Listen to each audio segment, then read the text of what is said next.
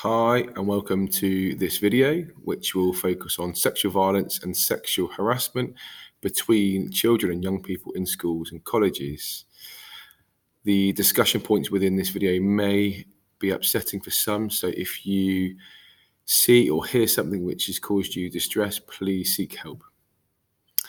So, sexual violence and sexual harassment can occur between children and young people of any age and sex. It can also occur through a group of children sexually assaulting or sexually harassing a single child or group of children. Children and young people who are victims of sexual violence and sexual harassment will likely find the experiences stressful and very distressing and adversely affect their ability to engage, certainly within education. Sexual violence and sexual harassment exists on a continuum and may overlap. They can occur online or offline, both physical and verbal, and are never acceptable. It is important that all victims or all disclosures of sexual violence are taken seriously and offered appropriate support.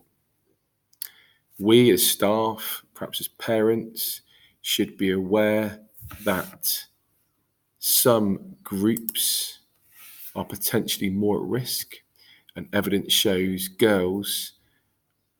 children or young people with SEND, special education needs, and LGBT niches are at greater risk.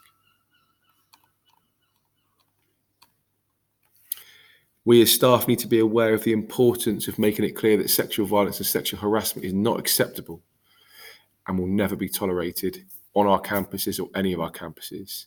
And it's not an inevitable part of growing up. We'll never tolerate or dismiss sexual violence or sexual harassment as banter, part of growing up, just having a laugh, or boys will be boys. And we challenge behaviours such as grabbing bottoms, breasts or genitalia, flicking bras, lifting up skirts. The new upskirting legislation covers this. And we'll never dismiss or tolerate such behaviours or normalise them. So looking at sexual violence, it's really, really important that we are aware of sexual violence and the fact that children can and sometimes do abuse their peers in this way. When referring to sexual violence, we are referring to sexual offences, which are under the Sexual Offences Act 2003, as described below. Rape: a person commits an offence of rape if he intentionally penetrates the vagina, anus or mouth of another person with his penis, which that person does not consent to the penetration.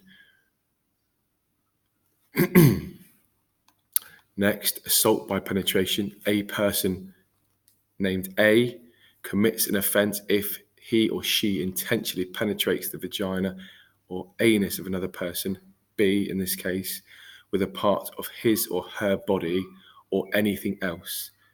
The penetration is sexual, where B does not consent to this penetration and A does not reasonably believe that B consents. And sexual assault: a person A commits an offence of sexual assault if he or she intentionally touches another person, B.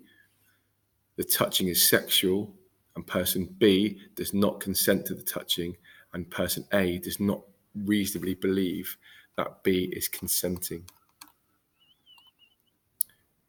Just having a very brief look at consent. What is consent? Consent is about having the freedom and capacity to choose. Consent to sexual activity may be given to one sort of activity, but not another. Consent can be withdrawn at any time during sexual activity, and each time activity occurs. Someone consents to vaginal, anal, or oral penetration only if she or he agrees by choice to that penetration and has the freedom and capacity to make that choice. When referring to sexual harassment, we mean unwanted conduct of a sexual nature that can occur online or offline.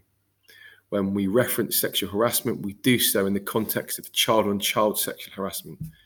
It's likely to violate a child's dignity or young person's dignity and or make them feel intimidated, degraded or humiliated, or create a hostile, offensive or sexualized environment.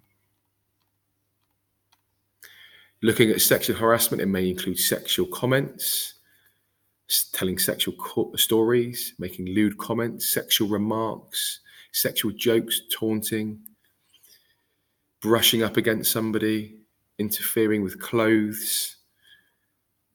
Online sexual harassment could very much be unwanted constant contact, like non-consensual sharing of images and videos, sexualized online bullying, unwanted sexual comments and messages, and sexual exploitation, coercion, and threats.